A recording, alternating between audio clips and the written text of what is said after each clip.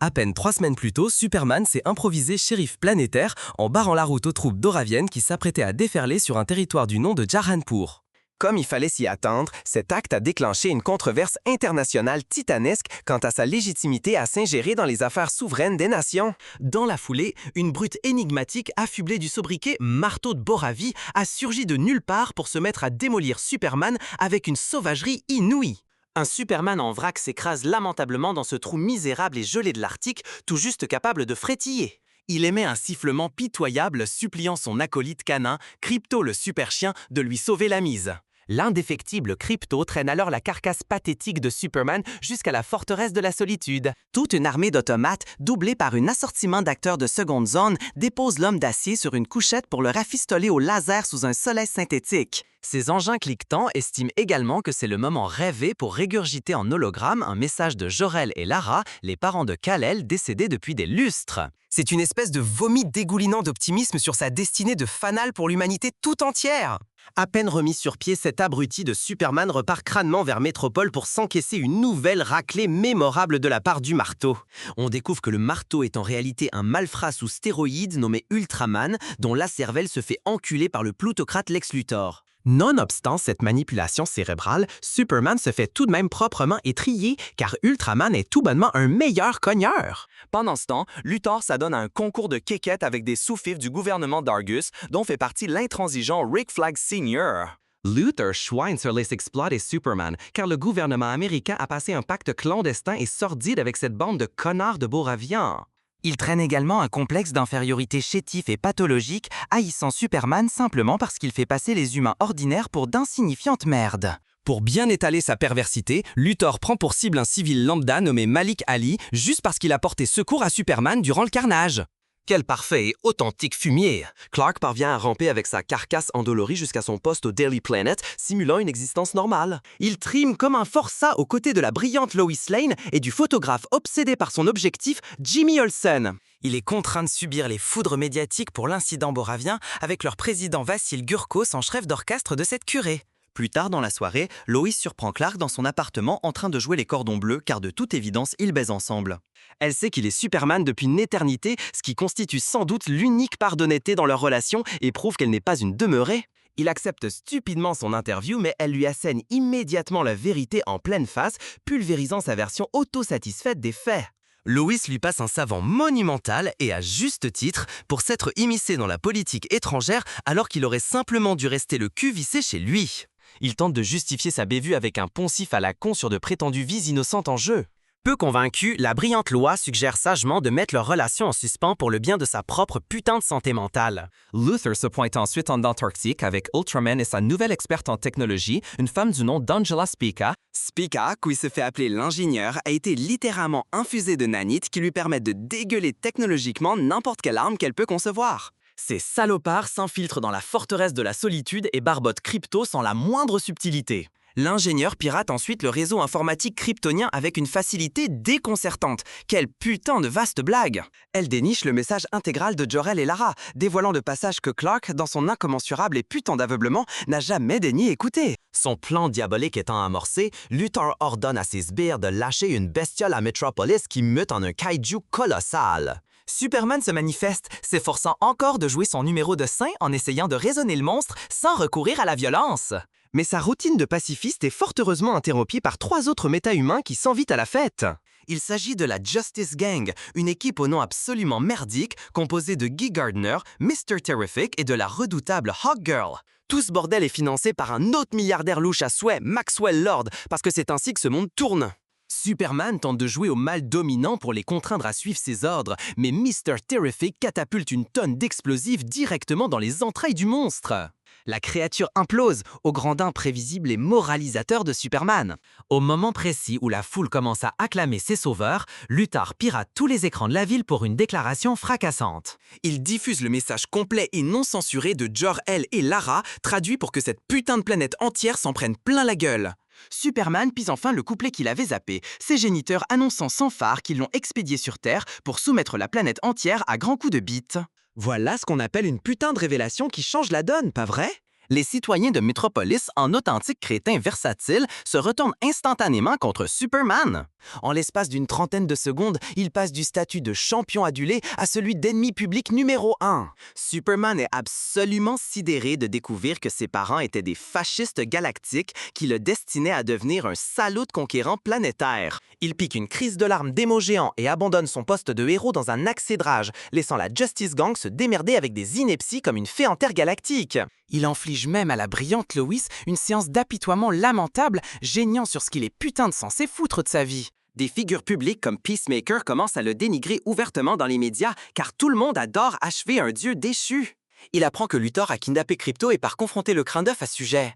Luthor, un sourire narquois aux lèvres, nie en bloc détenir les clubs de Superman. S'estimant sans autre recours, Superman prend la décision monumentalement débile de se livrer au gouvernement des États-Unis. Rick Flag Sr. s'empresse de livrer Superman sur un plateau d'argent à Lex Luthor, preuve que le gouvernement n'est qu'une farce grotesque de pantin véreux jusqu'à l'os.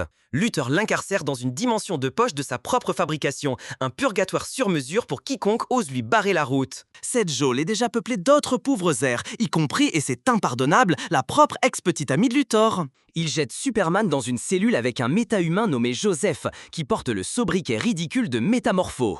Luthor retient le fils de Métamorpho, le petit Joey, dans une cellule distincte sous bonne garde, l'utilisant comme une cruelle monnaie d'échange. Comme Métamorpho peut en somme générer n'importe quelle substance organique, Luthor le contraint à produire de la kryptonite pour affaiblir et supplicier Superman. On atteint ici une toute nouvelle stratosphère de l'ignominie, même pour une ordure de la trempe de Lex Luthor.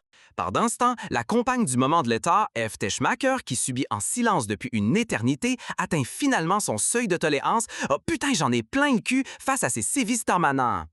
Elle décide de le poignarder dans le dos et contacte Jimmy Olsen au Daily Planet, avec qui elle a manifestement eu une brève liaison. Elle arrange un rendez-vous clandestin avec Jimmy, prétendant vouloir lui fourguer des dossiers compromettants capables de torpiller la carrière de Luthor. Lois, refusant de se ronger les ongles, sollicite l'aide de la Justice Gang pour dénouer cette situation et secourir Superman. Sans surprise, seul le brillant Mr. Terrific consent à l'assister dans ce merdier légitime. Il embarque la courageuse Lois dans son aéroglycère et ils foncent tout droit vers Luthor Corp pour trouver un moyen d'extraire Clark de sa prison. De retour dans cet enfer dimensionnel, Luthor fait parader Malik Ali devant la cellule de Superman sans autre mobile que la pure cruauté. Il assassine ensuite l'innocent sous les yeux de Superman uniquement pour le plaisir de voir son putain de cœur éclater. Metamorpho est tellement anéanti par ces actes de barbarie gratuite qu'il perd totalement la maîtrise de ses pouvoirs. Il libère une colossale décharge d'énergie qui reproduit opportunément la lumière du soleil, rechargeant instantanément Superman comme une batterie. Un Superman fraîchement ragaillardi fait exploser sa cellule en 1000 morceaux, sauve le petit Joey, puis déniche et libère Krypto. Les héros se frayent un chemin à travers les laquais de Luthor mais sont presque happés par un trou noir au sein de la dimension. À la dernière seconde, la géniale Lois et Mr. Terrific parviennent à s'infiltrer dans Luthor Corp. Après que Terrific a neutralisé sans effort quelques gardes de Luthor, il localise le portail menant à la dimension de poche.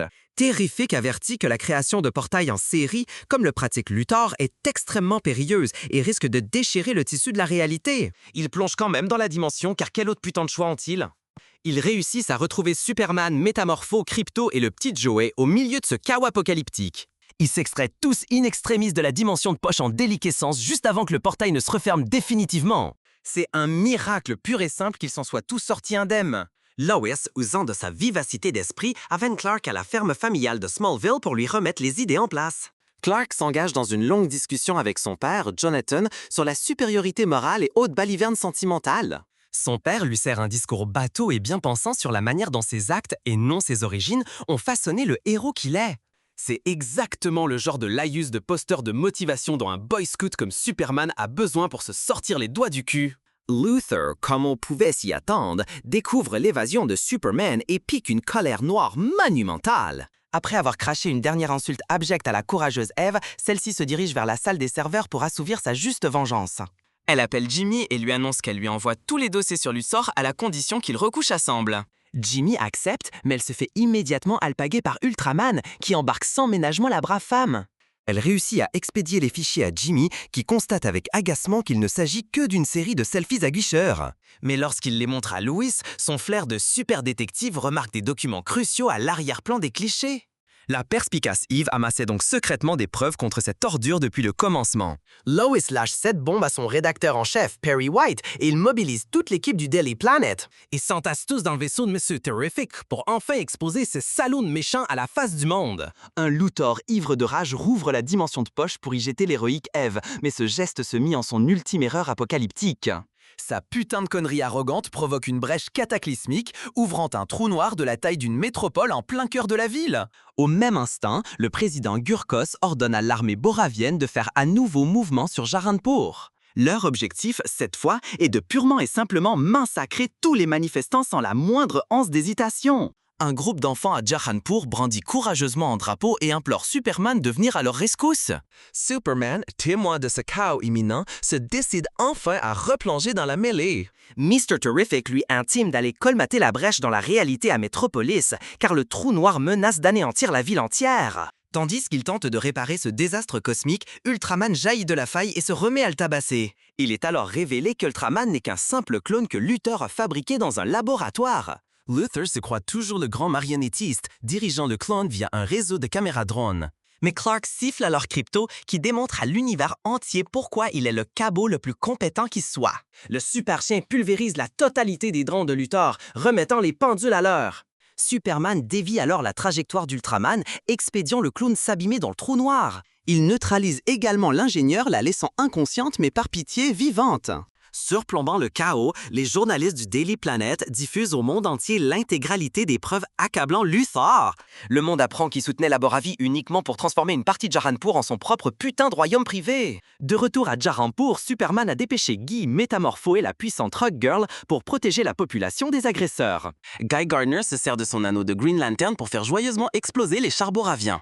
Metamorphos used to say capacité de métamorphose per terrifieldi soldad. Pendant ce temps, la redoutable Hawk Girl fonce sur le palais présidentiel et neutralise avec une efficacité redoutable tous les gardes de Gurkos. Elle empagne le tyran et le balance par une fenêtre, d'où il présume avec arrogance qu'elle est trop noble pour l'achever. Elle se gausse de son pathétique délire de divinité et laisse nonchalamment tomber le monstre vers une fin sanglante et amplement méritée. Superman fait alors éruption dans Luthor Corp pour enfin régler ses comptes avec cet enculé de chauve en personne.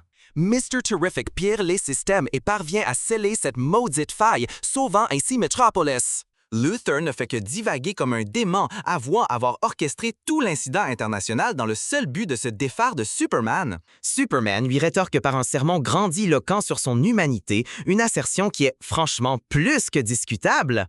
Avant que Luthor ne puisse poursuivre son monologue de super vilain, Krypto surgit de nulle part et le secoue comme une poupée de chiffon. Tout le monde regarde alors les chaînes d'information révéler au monde le complot diabolique de Luthor. Défait et publiquement humilié, Luthor est appréhendé et expédié à la prison de Belle Reve.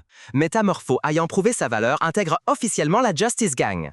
Les habitants de Metropolis et le monde entier, sans la moindre surprise, se remettent à idolâtrer Superman. Ils retrouvent la toujours patiente Lois pour leur interview, qui n'est en fait qu'un prétexte pour une séance de galochage en apesanteur. Dans une résolution d'intrigue secondaire putain de saugrenue, Jimmy et la résiliente Eve se mettent en couple après qu'elle a été tirée de la dimension de poche. Plus tard, Superman retourne à la forteresse de la solitude où il s'est en quelque sorte accoquiné avec l'un des automates. Il reçoit la visite de sa cousine Kara Zor-El, alias la redoutable Supergirl, venue récupérer Krypto. Il s'avère que le super chien était le sien depuis le début, ce qui constitue une putain de révélation merdique de dernière minute. Superman est ensuite replacé sur sa couchette thérapeutique pour une recharge thérapeutique et un retour à pleine puissance. Les automates projettent un montage de souvenirs de son enfance avec Ma et Pa Kent, une conclusion d'une niaiverie à vomir. Pendant le générique, on aperçut à Superman contemplant la Terre depuis la Lune, câlinant Krypto dans un moment de guimauves absolu. Après le générique, Superman et Mr. Terrific discutent des efforts de reconstruction de la ville. Superman remarque un immeuble est de travers, un détail qui irrite au plus haut point le perfectionniste Mr. Terrific.